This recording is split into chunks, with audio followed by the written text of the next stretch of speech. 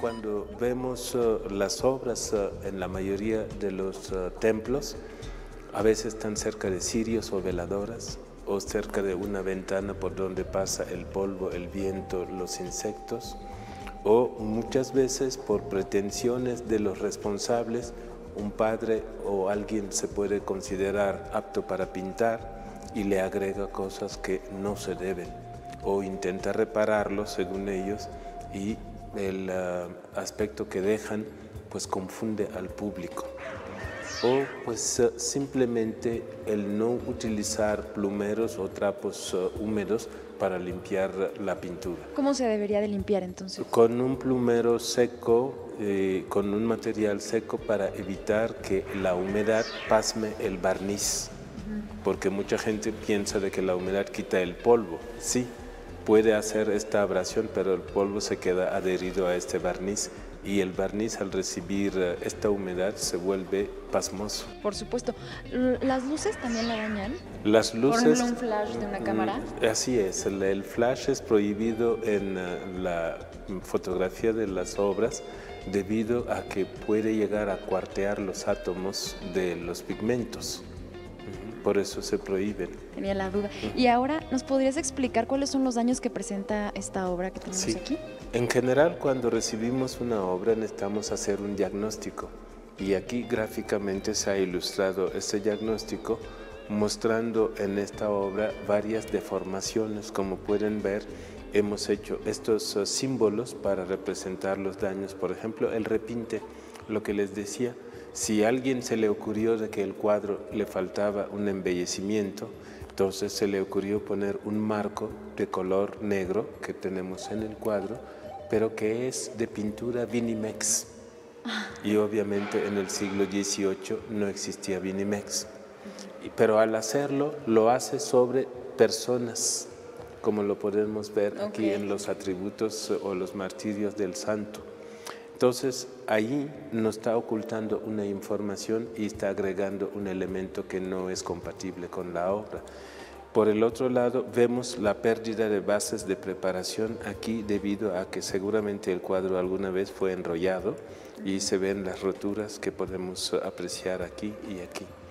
Igualmente tenemos en esta parte repintes, o sea, toda esta parte azul que vemos no es propio de la obra, lo podemos constatar comparando estos dos colores. Entonces ese repinte hay que quitarla completamente para poder proceder a trabajarlo mejor. Igualmente tenemos la pérdida de capa pictórica en las craqueladuras que podemos ver acá y también algunas abrasiones, como que alguna vez el cuadro tuvo que rozar con algo. Y cuando pintan a veces los templos, en lugar de cubrir las obras, los dejan al descubierto y tenemos huellas de pintura ajenas a la obra. Qué interesante. Sí, o sea, son muchas cosas que tenemos que procurar y también hay una costumbre. Mucha gente pretende tener alguna relación metafísica o espiritual sobando el cuadro. Y esta abrasión deja grasa sobre la superficie de la obra. Entonces evitemos esto para que las obras puedan perdurar. Muchas cosas importantes que debemos de tener en cuenta. Muchas gracias, Eri. Y ahora vámonos a la siguiente nota. Ya estamos de regreso y aquí tenemos la obra de la que estábamos hablando hace un momento, San Simeón Cananeo, y ahora sí pueden hacer la comparación de cómo ha ido avanzando este proceso de restauración. Eri, ¿tú nos los podrías explicar mejor? Sí, por supuesto, aquí pueden notar la desaparición del marco que veíamos anteriormente. El cuadro está más uniforme porque ya se tensó como se debe y podemos observar que este personaje estaba casi tapado por el marco y este no se veía. Y ahora ya la obra ha recibido un resane de color rojo que es igual a la capa de preparación de la pintura y sobre esta capa se procederá a hacer la reintegración cromática para igualar con colores al barniz esta misma tonalidad que tenemos en las obras. Igualmente aquí pueden ver la abrasión que ha generado el travesaño de la obra hasta perder el color en una línea horizontal en la obra. Igual aquí arriba pueden ver que el restaurador o la restauradora ponen señales de cuáles son los aspectos que hay que poner mucho más plano para poder hacer una reintegración que dé una uniformidad en toda esta parte. Muy bien, muchas gracias, Eri. Ahora vamos a un corte y regresamos.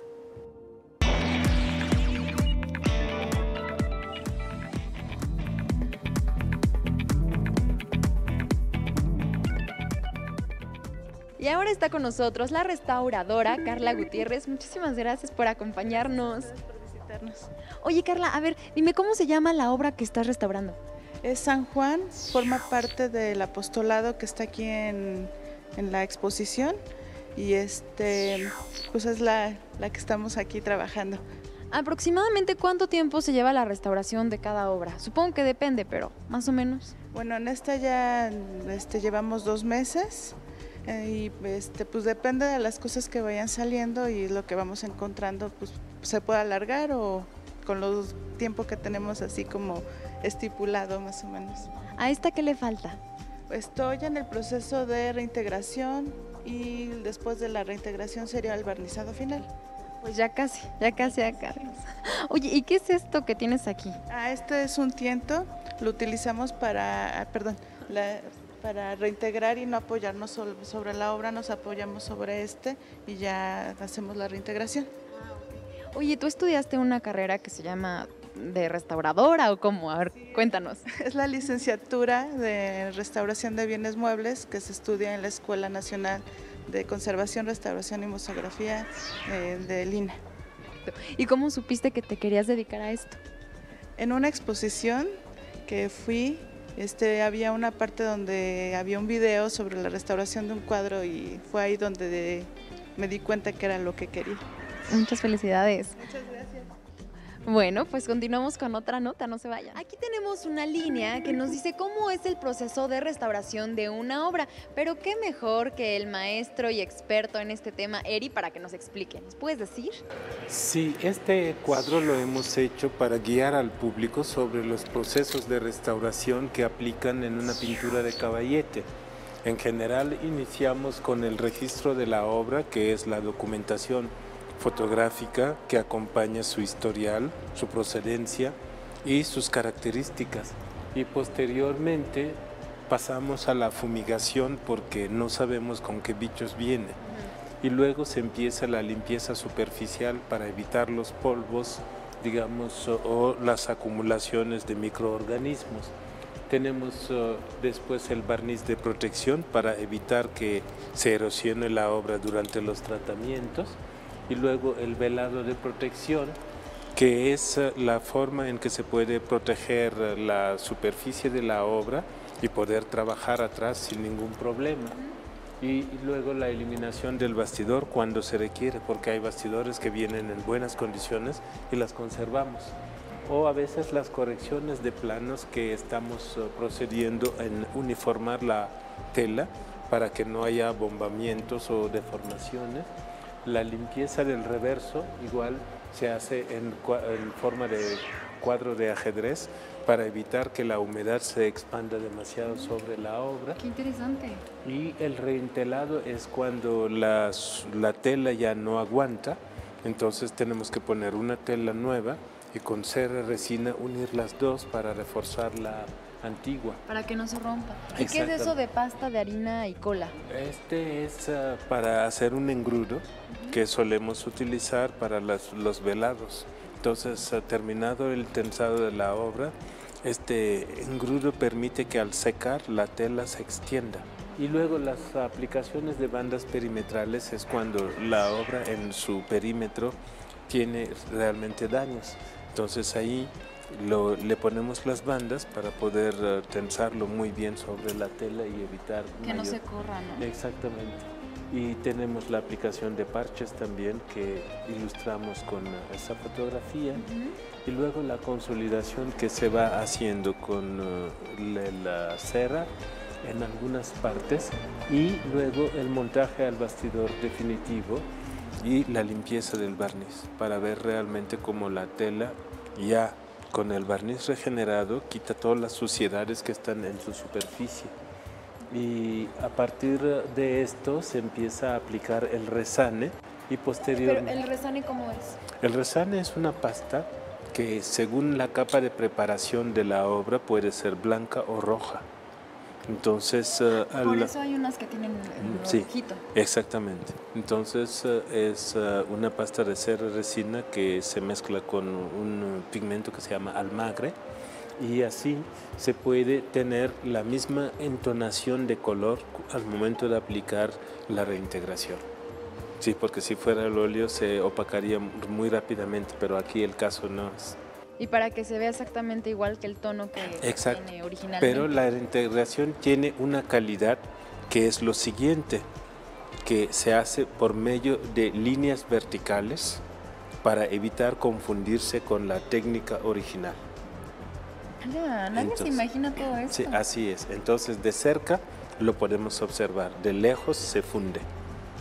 ¿Y eso para qué es? O sea, para que si después hay otro proceso de restauración sepas cuál es la técnica original de lo que fue restaurado. Exactamente, y una forma de distinguir las intervenciones actuales. Ok, y finalmente llegamos al barniz. Exactamente, el barniz final le va a dar la tonalidad mate para evitar todos los brillos que pueden generar las luminarias sobre la obra. Muy bien, pues ¿qué te parece, Eri, si vamos ahora a ver una obra que ya tengan restaurada? Pero antes vámonos a otra información. Finalmente llegamos al área donde se encuentran las obras ya restauradas. De verdad estoy impresionada. Es grande el trabajo que realizan y se nota una gran diferencia del antes y del después. ¿Esta obra cómo se llama, Eri? Es San Matías. ¿Y a ella qué le hicieron? Es parte del apostolado que hemos visto que siempre venía con un marco. Ajá. Y ahora que ya se limpió la obra y después se volvió a tensar con su bastidor original, podemos ver una uniformidad en la tonalidad de la obra. Ya no tenemos las deyecciones ni el barniz envejecido que oscurecía la superficie, y por el otro ganamos porque tenemos el nombre del santo que aparece cuando el marco lo opacaba totalmente. Entonces creo que el apreciar el antes y el después nos da una idea de la valía de la restauración profesional en la recuperación de este patrimonio. Aprendemos a apreciarlo, los resultados de verdad son impecables. Y si una obra tiene un buen cuidado como esta, ¿no? Ya está restaurada, ¿cuánto tiempo puede pasar para que necesite otra restauración? Pues si se mantiene en buenas condiciones con las recomendaciones apropiadas, yo creo que puede durar casi otros 100 años sin que haya ese problema. Pues ¿sí? Muchísimo tiempo. Sí, o sea, lo que recomendamos en esta exposición es tomar en cuenta las medidas para una acción preventiva que evite que el daño se repita. ¿Estas obras ya no regresan a las iglesias? ¿Se quedan en museos? No, ¿qué es lo que regresan pasa? a la iglesia. Aquí tuvimos el compromiso de restaurar las obras y devolverlo a las comunidades, porque para nosotros era muy importante demostrarles de que no hay que arrumbar las obras, hay que restaurarlas y devolverlo a la gente, a la comunidad. Por supuesto. ¿Y esta que tenemos aquí cuál es? Es San Bartolomé, que igualmente se restauró, y como podemos notar, el cuadro ya recupera su integridad. Podemos ver muy claramente todas las escenas que componen el martirio del santo y nuevamente su nombre aquí abajo, y evitamos que haya disparidades en cuanto a intervenciones. Y lo que le decía que era muy importante, cuando el público se acerca puede darse cuenta de dónde son las zonas intervenidas, pero si está a esta distancia puede ver como una integración total de la obra sin distinguir la mano del restaurador. Claro, totalmente. Oye, ¿y tienen talleres o algún lugar donde se pueda aprender más acerca de la restauración? Bueno, aquí en México la Escuela Nacional de Restauración del Instituto Nacional de Antropología es el ENCRIM, como lo llaman, la Escuela Nacional de Conservación, Restauración y Museografía, que se encuentra en el ex convento de Churubusco. Es una escuela que da la licenciatura en restauración en una periodicidad de 4 años y medio, y me parece que es una escuela formativa muy recomendada a nivel internacional. También hoy hay escuelas estatales, encontramos en Guadalajara una escuela y en San Luis Potosí también, y esperamos que proliferen estas escuelas porque necesitamos de muchos restauradores para el patrimonio del país. Eri, pues muchísimas gracias por haber estado con nosotros. No, pues muchas gracias a ustedes por difundir este patrimonio. Vamos a otra nota y regresamos. Amigos, aprovechen y vengan a visitar esta exposición Luz Renaciente e Imágenes Restauradas que estará hasta el 29 de septiembre, y además para todos los interesados hay un taller que se llama Tips para el cuidado del patrimonio cultural. Vengan, aprovechen. Recuerden que el museo está abierto de martes a domingo de 10 de la mañana a 6 de la tarde. Los martes es entrada libre y cierran hasta las 8 de la noche. Los últimos miércoles de cada mes hay noches de museo, eso significa que cierran hasta las 10. Aprovechen y vengan a conocer, y recuerden seguirnos también en nuestro Twitter, en nuestro Facebook. Yo soy Odemary Ruiz y nos vemos el próximo lunes en El Muro.